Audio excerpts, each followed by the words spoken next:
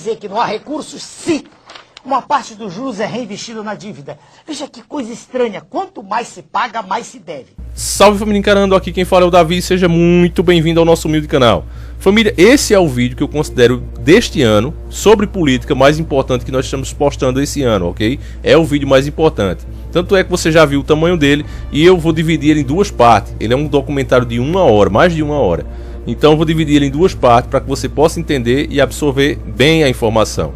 Um vai sair agora, né, que você vai assistir agora, e o outro amanhã.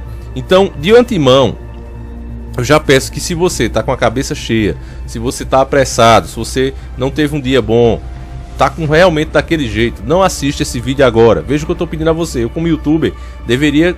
Não assiste o vídeo de todo jeito. Pouco me interessa se você entende. Não, eu não quero isso aqui. A gente trabalha de outra forma aqui no nosso canal.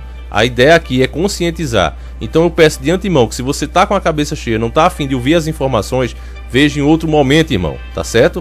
Deixa pra ver em outro momento. Você precisa, exatamente como um dos meus filmes favoritos, que é aquele Retroceder Nunca, Render-se Jamais, né, na parte que Bruce Lee vem para ensinar o garoto, ele diz que o nosso raciocínio é como um copo de água cheio, a nossa mente, o nosso aprendizado. Se você acha, né, que sabe de tudo, que já conhece as informações, que tudo que vai vir ali só vai, sei lá, dar um complemento, você não vai conseguir absorver. Então é preciso você secar esse copo d'água e começar a absorver as informações do zero. Daí sim você realmente vai conseguir aprender. Até porque, família, muita dessa água, muitas dessas informações que está na nossa mente foi implantada pelo sistema. E você que já despertou, ou você que está prestes a despertar, sabe que o sistema não está a nosso favor. Ah, Davi, mas as pessoas são todas da nova ordem, são todas Illuminati? Não, família. As pessoas, os políticos principalmente, que são a ferramenta mais usada, né, para manipular o povo, criar as leis que eles querem. Esses caras entram como eu e você. A gente poderia entrar na política agora. Mas as pessoas que não se vendem ao sistema, elas acabam ficando atadas e não conseguem fazer nada. Ficam sendo um peso morto mesmo. E aquelas outras que tentam de alguma forma, elas acabam se corrompendo. Aos poucos elas vão vendo que não conseguem aprovar nada se antes não aprovar isso e aquilo que o partido pediu, que o líder do partido pediu, que o líder da Câmara pediu. Então assim aos poucos, sei lá, mas é por uma boa causa, então vou assinar. Para eu conseguir essa verba para o meu município, para eu conseguir aprovar esse projeto. Aos poucos a pessoa vai se corrompendo quando ela passa a aprovar coisas que ela jamais aceitaria. Então é assim que o sistema vai comprando as pessoas. Então os políticos, os artistas, repórteres são todos gados de elite. É assim que eles consideram a população. Para eles somos todos gado. E gado porque eles conduzem a manada. Agora a partir do momento que você desperta, que você sabe que não existe mocinhos e nem bandidos. Existe um sistema controlando indivíduos e pessoas. Quando você realmente compreende isso, aí sim você é um desperto. E aí você não vai olhar mais bandeira, porque o sistema quer que você fique nas bandeiras. Você vê agora no Brasil uma situação que nunca tivemos, que é essa luta da esquerda e direita. Os dois lados formando militantes. E o que é um militante? O militante é uma pessoa que é mais gado que as outras.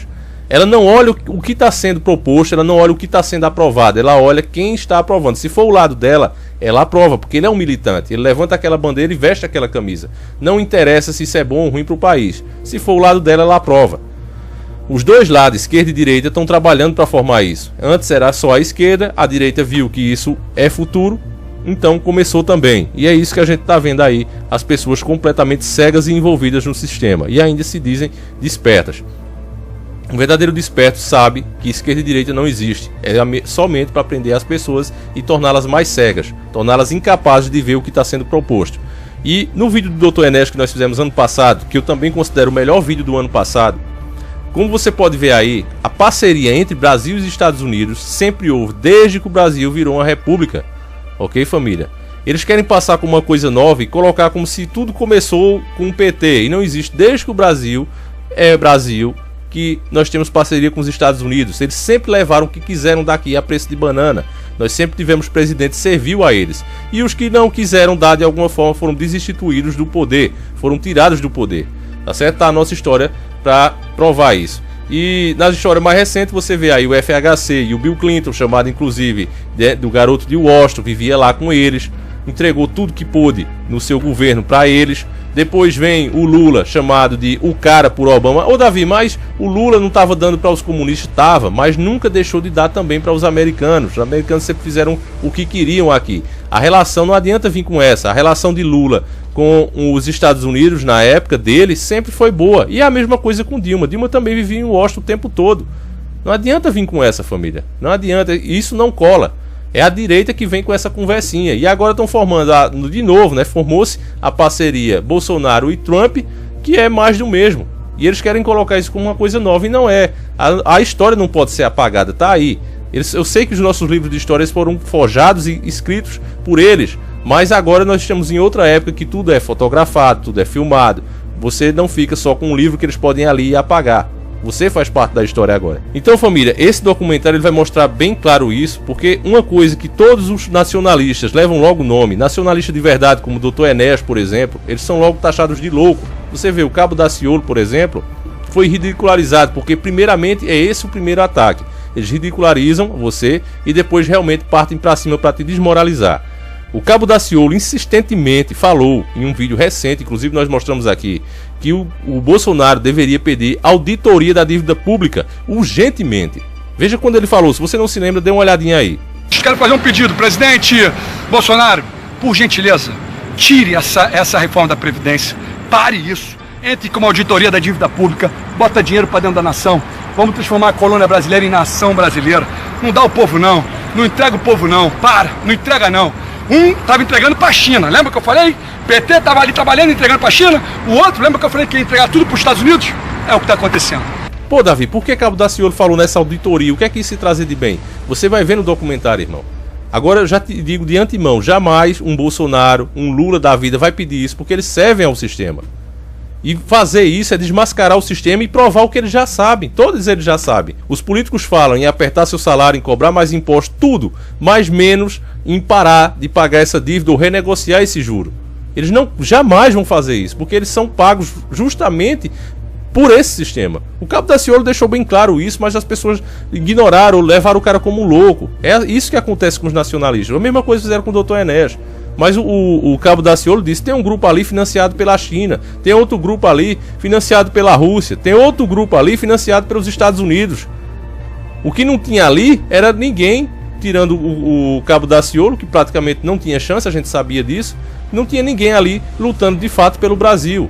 Todos os grandes estavam lutando por quem patrocinou as suas campanhas. E o que os nossos presidentes fazem lá, como visita, não, eles não foram fazer visita, na verdade eles vão lá prestar conta aos seus patrões que financiaram suas campanhas. Tá certo, família? É assim que o sistema globalista vem conseguindo controlar o mundo todo. E nesse documentário isso vai ficar claro. Então, como não há tempo a perder, pegue agora mesmo a sua vitamina de banana com queijo coalho assado no pão e vamos iniciar o nosso quadro.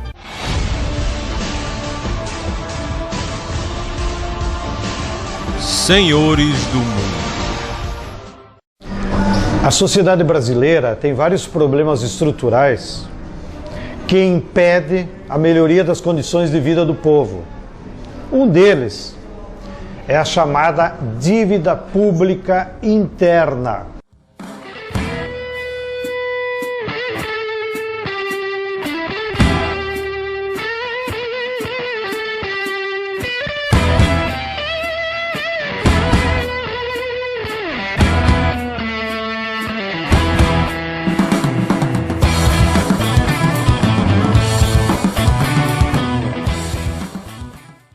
Eu entendo a dívida como sendo uma forma de escravização das pessoas físicas ou jurídicas que aceitam uma dívida. Quando se fala em dívida pública, muitos se perguntam, né, que dívida é essa? De onde ela surgiu? Né? A quem ela é devida? A quem está pagando essa dívida? Na verdade, é o povo que está pagando isso. Portanto, é imprescindível que nós possamos auditar essa dívida, até porque nós temos diversas provas de ilegalidades, de legitimidades dessa dívida, que começou basicamente na época da ditadura militar. Nós nos ingressamos no processo do endividamento público com a ditadura.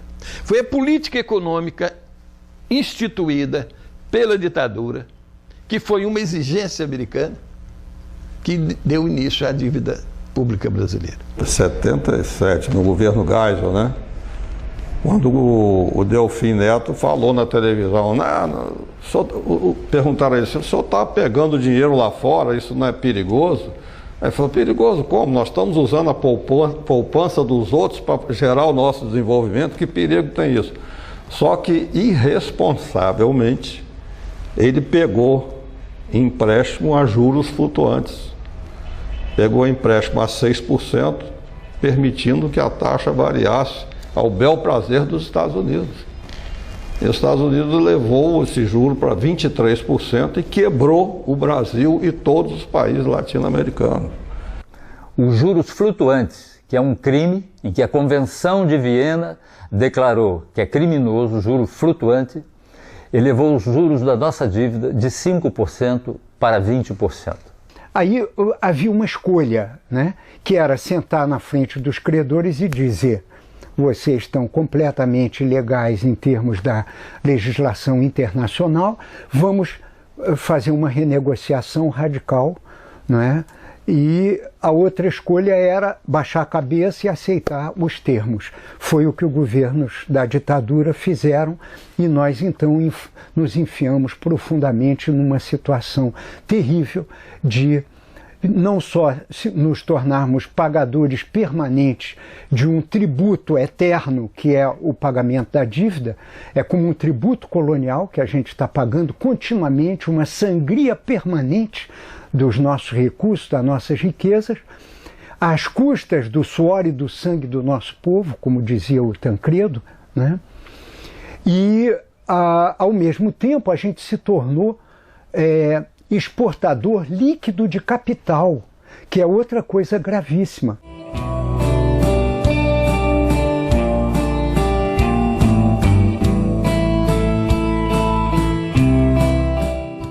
Por que o Brasil, sendo o país mais rico e mais viável do planeta, continua sendo um país em desenvolvimento? O ponto de partida básico foi o golpe de 1954, quando os serviços secretos anglo-americanos organizaram uma conspiração no Brasil para derrubar o presidente Getúlio Vargas. E o que é que aconteceu logo depois desse golpe?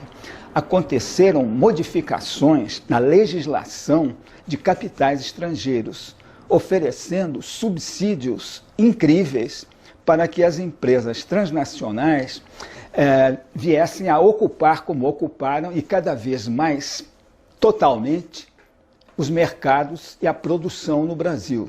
As nações que estavam desenvolvendo um processo político de promover o desenvolvimento autônomo, soberano, em função das suas necessidades, já não tiveram mais oportunidade de fazê-lo.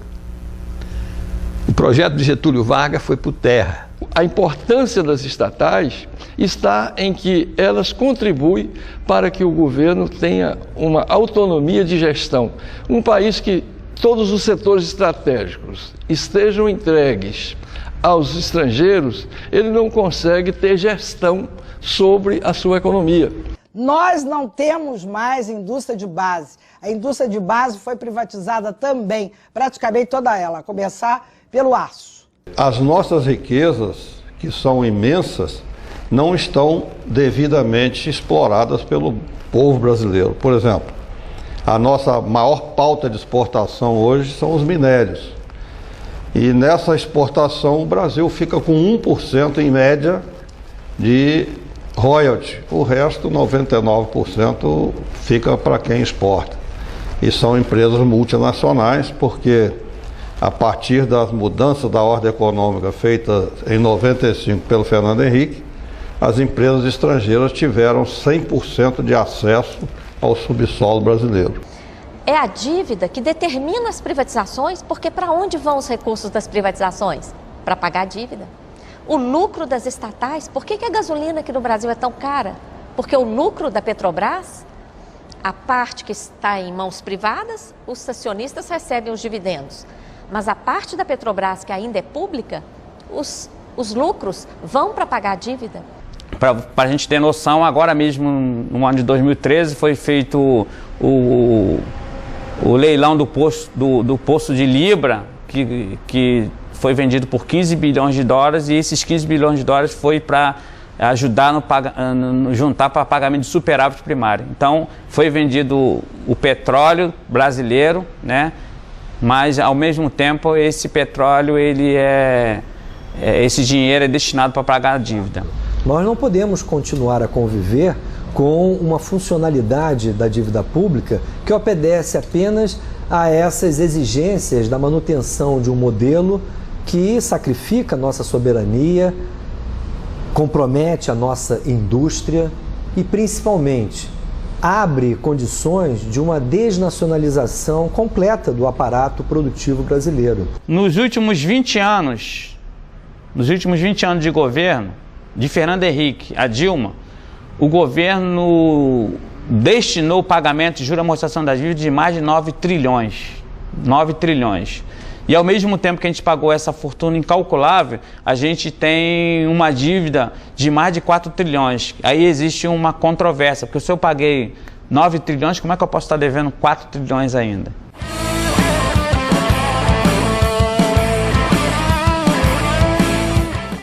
A dívida pública interfere em toda a economia do país, não é? Ela, além de representar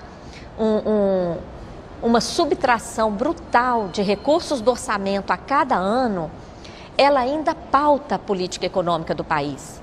A principal meta que nós temos hoje no nosso país é a meta de superávit primário. Toda a economia do país fica refém dessa meta.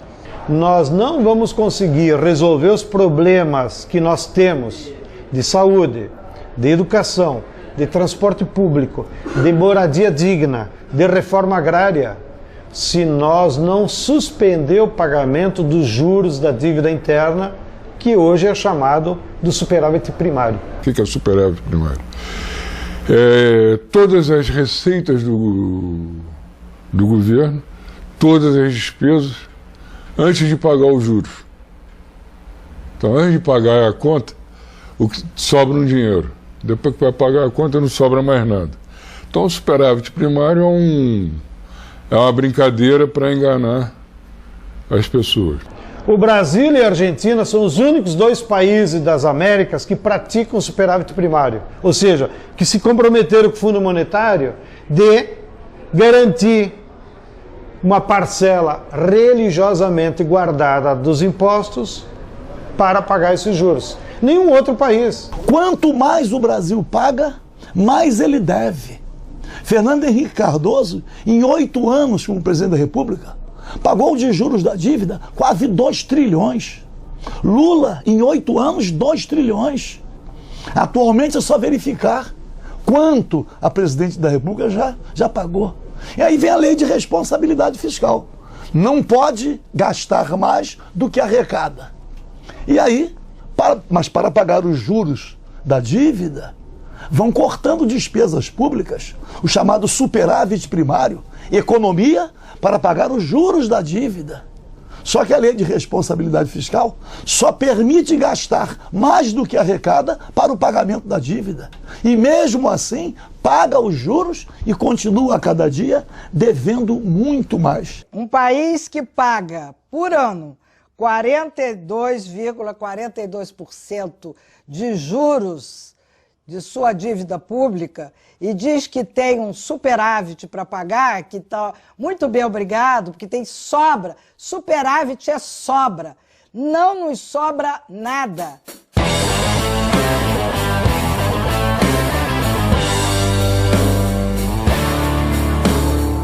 O brasileiro tem muita dívida, tem de pagar. Não, a gente tem de pagar aquela dívida que é legal, que é legítima. Não pode ser paga dívida que não é legal e nem legítima e que nem beneficiou o povo. Que é um processo que não tem um governo culpado. Todos os governos são culpados. Porque cada um foi lá, ao invés de resolver o problema, rolou e aumentou o problema.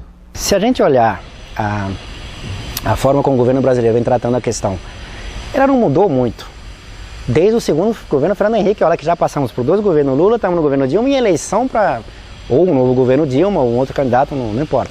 Mas a condução é a mesma. Primeiro, não se discute o não pagamento.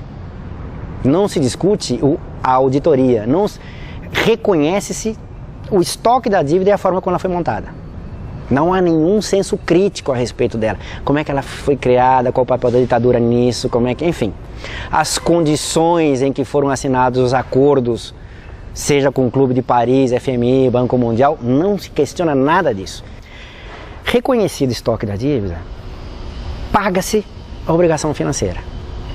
O argumento é que isso gera credibilidade nos mercados. Voltando ao início, porque a dívida pública, no fundo, é o step da especulação nos mercados financeiros. Então tem que ser paga. Como é que se paga? Com recursos públicos. Essa grande expropriação que os bancos fazem contra o orçamento nacional faz parte de uma agenda política de primeira ordem, já assumida pelos movimentos, que agora nós temos de pressionar para que seja assumida também pelo governo federal. Hoje a gente paga 40% em média de imposto no Brasil. Ou seja, eu trabalho 4, 5 meses e pouquinho só para pagar imposto. Metade do ano. Metade do ano só para pagar imposto. E o que eu recebo de volta? Nada. Para onde vai esse dinheiro? Vão para os credores dos títulos dessa dívida, que segundo o levantamento do Márcio Porchman, não são mais que 15 mil credores. Então, esse mecanismo é um mecanismo perverso de concentração da renda no Brasil. Então, vocês podem imaginar, 200 milhões de brasileiros pagam imposto, 30% desse imposto, em vez de ir para a educação, para a reforma agrária, para a saúde, vai para os juros da dívida interna, vai para 15 mil famílias, que acumulam esse dinheiro e ficam mais ricos. Compram apartamento, recompram dólar, fazem qualquer coisa. Ou seja, o orçamento público, que inclui os impostos que todo brasileiro tem que pagar, ao invés de ser destinado à educação, saúde, habitação, transporte, entre outros investimentos sociais que ajudariam a vida dos habitantes do país, vai para pagar dívidas com bancos milionários que enriquecem às custas da pobreza da população. Assim, quem está rico fica mais rico e quem está pobre continua pobre. Na década de 80, nós devemos ter pago aqui na América Latina cerca dos 500 bilhões de dólares, né? Por uma dívida gigantesca, mas sobretudo por causa também da taxa de juros extremamente elevada que nós pagamos nesse período. Então a dívida pública ela tem um salto astronômico. O Sarney chegou a instaurar a CPI dos bancos. Não durou mais do que algumas horas. Eles conseguiram imediatamente retirar assinaturas que eram suficientes para dar continuidade. Você vê o poder que essa gente tem, que os banqueiros têm. No governo Sarney, não consegue nem continuar pagando os juros de amortizações e aí tem uma moratória obrigatória porque o país não tinha reserva suficiente para continuar pagando os juros da dívida. Quando houve a inadimplência, não por decisão soberana, senão porque não havia um centavo de dólar para pagar coisa nenhuma. E a economia mundial estava sendo alimentada pelo endividamento público. A primeira coisa que Fernando Henrique fez nesse campo, além das privatizações e da abertura do mercado para o capital estrangeiro, foi transformar a dívida externa brasileira em dívida interna. Comprou os títulos dos estados e municípios e foi nacionalizando, ou melhor, federalizando a dívida pública brasileira. O governo Fernando Henrique tinha um processo de desnacionalização da Petrobras. Chegou até a colocar o nome de Petrobrax para facilitar a pronúncia dos compradores estrangeiros.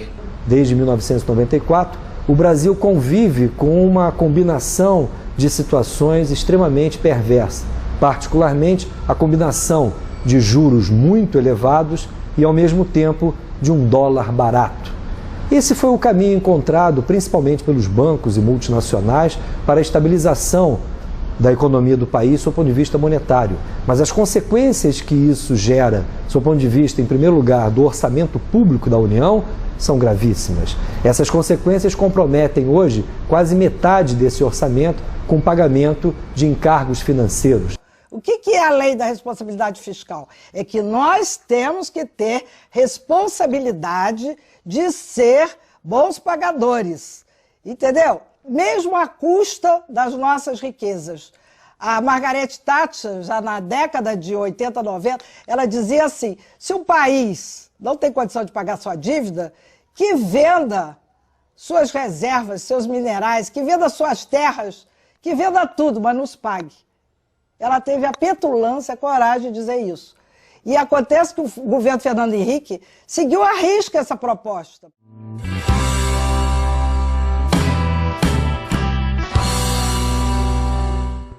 Quando Fernando Henrique Cardoso, por exemplo, assumiu a presidência da República em janeiro de 1995, a dívida pública estava em 62 bilhões de reais.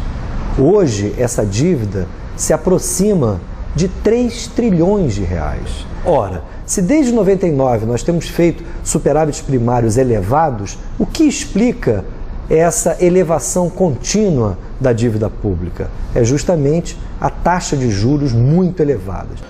Os juros da dívida interna brasileira sempre foram os maiores juros do mundo, né? Hoje nós temos aí a taxa Selic a 11%, mas os títulos estão sendo emitidos a cerca de 13% ao ano, que é uma taxa de juros que não se encontra em nenhum lugar do mundo. Estados Unidos, Europa estão com taxas de juros de 0 a 1% ao ano, e isso obviamente atrai, né, os capitais internacionais para o Brasil, ou seja, mais uma prova de que a dívida interna, na verdade, ela é também externa, né, porque atrai o capital de todo mundo. Você tem o maior juros do mundo, então você tem uma carga tributária enorme que drena recursos dos brasileiros. Você põe uma carga tributária entre as maiores do mundo e paga aos bancos o maior juros do mundo, então você transfere a renda brasileira para os bancos, e fundamentalmente bancos estrangeiros, porque muitos desses bancos brasileiros aí têm maioria de capital estrangeiro, né? Então você transfere riquezas do povo brasileiro para bancos que não produzem nada, só simplesmente especulam, né?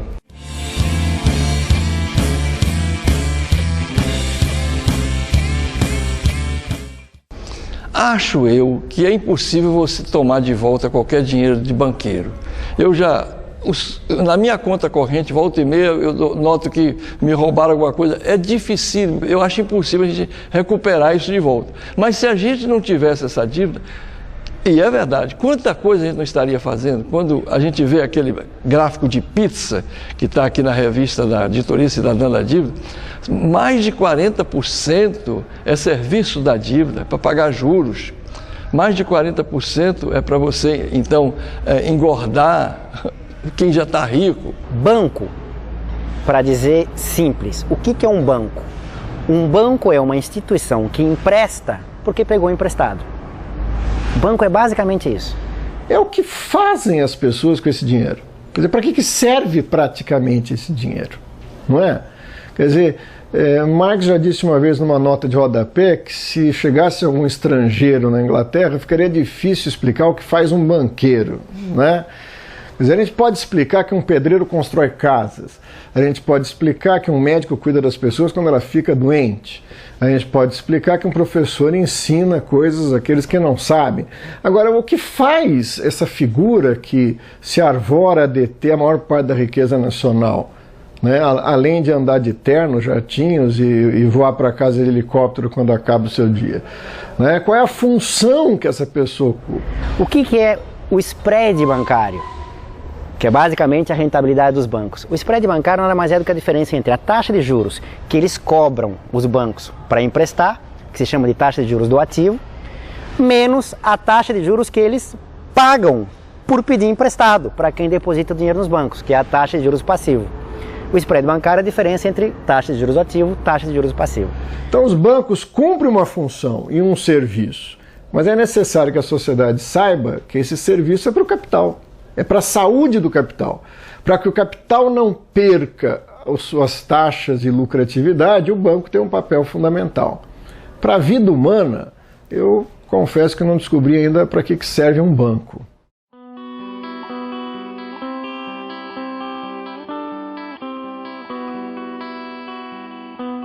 Na Constituição de 1988 estava previsto uma auditoria da dívida pública brasileira. A Constituição brasileira, por exemplo, determinou que o Congresso fizesse uma auditoria para saber o que é ilegal, o que é ilegal, o que é impossível de cumprir. E até hoje o Congresso não a fez. Apesar de a Constituição ter sido votada em 1988, com prazo de 1 ano, até hoje não a fizeram. Nós recorremos, através de um recurso muito bem feito, através do presidente da OAB, ao Supremo Tribunal Federal, e isso encontra-se há muitos anos engavetado.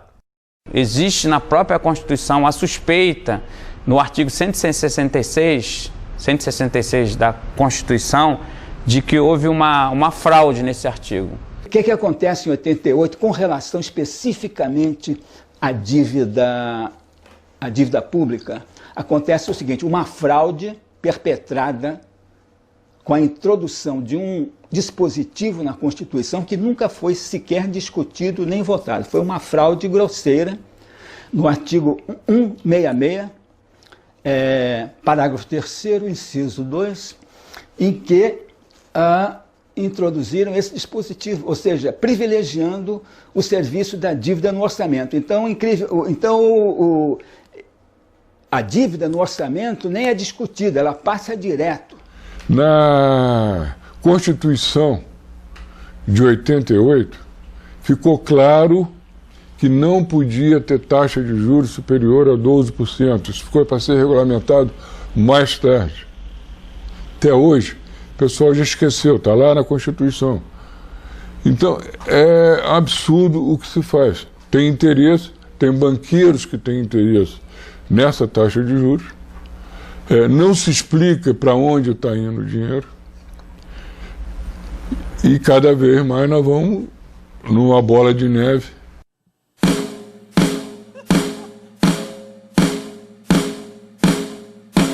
Em 98 foi realizado um grande simpósio sobre a dívida externa em Brasília.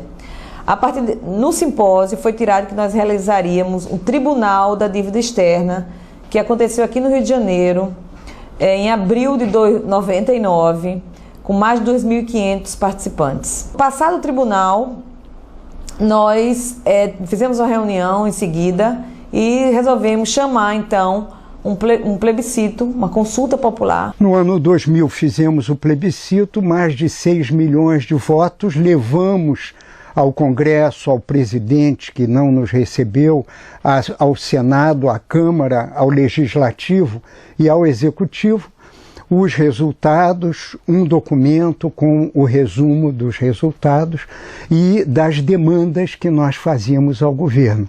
E foi um plebiscito que gerou muito debate na sociedade. Vários economistas, o próprio ministro da Fazenda se pronunciou na época, o Malan, contra o plebiscito. O PT foi um partido fundamental na organização desse plebiscito naquele momento, teve à frente desse processo, produzindo materiais e tal. Era outro Brasil, era outro cenário. A luta da auditoria cidadã teve início logo após o grande plebiscito que foi realizado no ano 2000, aqui no Brasil, envolveu centenas de entidades da sociedade civil em todo o país.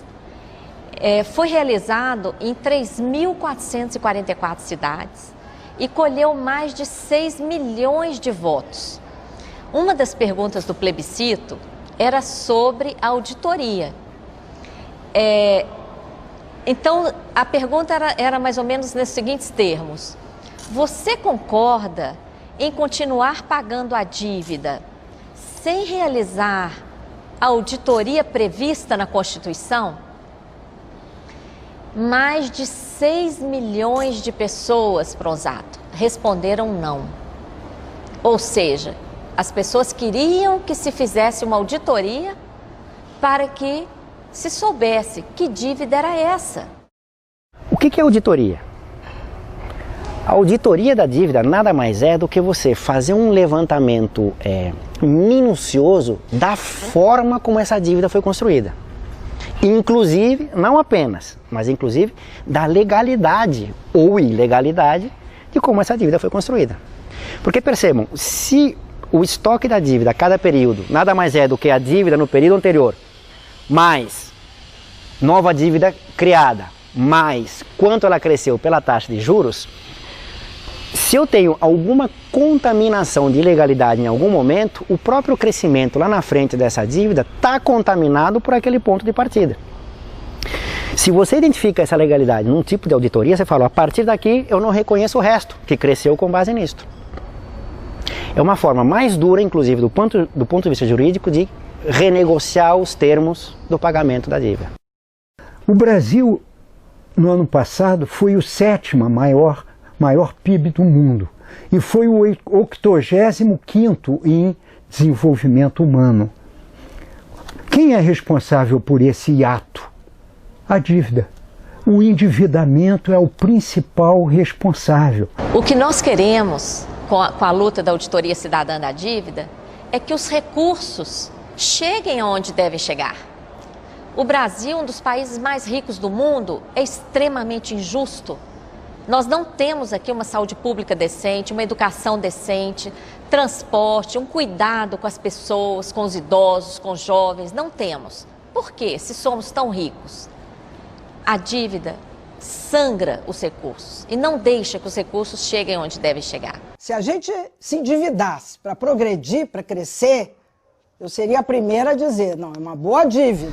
A dívida pública no Brasil, infelizmente, não tem cumprido as funções que, em geral, a dívida pública oferece para os países que buscam o seu desenvolvimento, do seu ponto de vista soberano, do seu ponto de vista, especialmente, de conferir ao seu povo o bem-estar. Aquela ideia que, em geral, a sociedade tem, que a dívida seria um instrumento de financiamento, que a dívida corresponde a um recurso recebido pelo país e por isso tem que ser paga, há décadas não tem sido assim no endividamento público, tanto interno como externo dos nossos países. Nós chamamos isso de sistema da dívida. É um sistema com várias engrenagens. Esse sistema corresponde a distorção da utilização do endividamento público, de tal forma que ele deixa de ser aquele instrumento teórico de financiamento do Estado e passa a ser um mecanismo de subtração de recursos públicos. Porque, na realidade, o que está sendo feito no Brasil é dívida para pagar dívida. A dívida é uma coisa que às vezes é necessária para um governo, ela é. Ninguém descarta que uma dívida não é necessária, mas a dívida tem que ter uma contrapartida de serviço, não existe. O que está acontecendo no país é que, como o Brasil não consegue pagar os juros, ele cria mais títulos e paga, e é por isso que a nossa dívida cresce. Porque se houver, em qualquer economia, quando você tem uma amortização de uma dívida, a dívida tende a diminuir, não a crescer. Se você está fazendo amortização, nós estamos pagando em dia, como é que a nossa dívida cresce? Porque, na realidade, o que está sendo criado é dívida sobre dívida.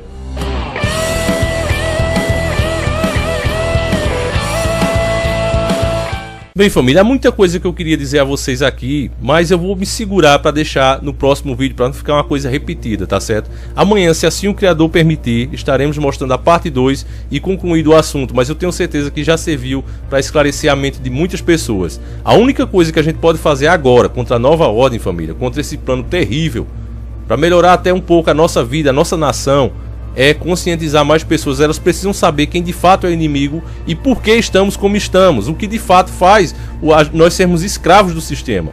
É preciso as pessoas saberem e compreenderem isso, e a única forma de fazer isso é elas despertando, sabendo as informações que nós sabemos.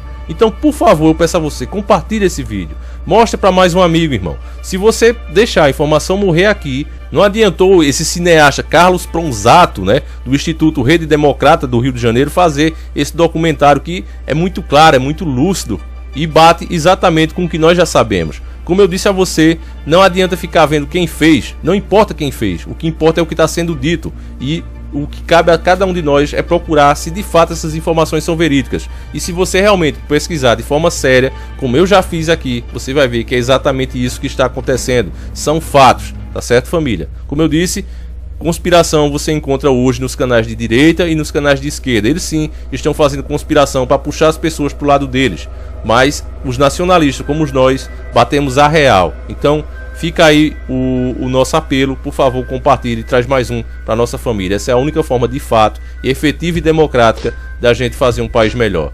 Então fiquem com Deus, que o nosso Criador acompanhe e proteja cada um de vocês e sempre encarando o sobrenatural.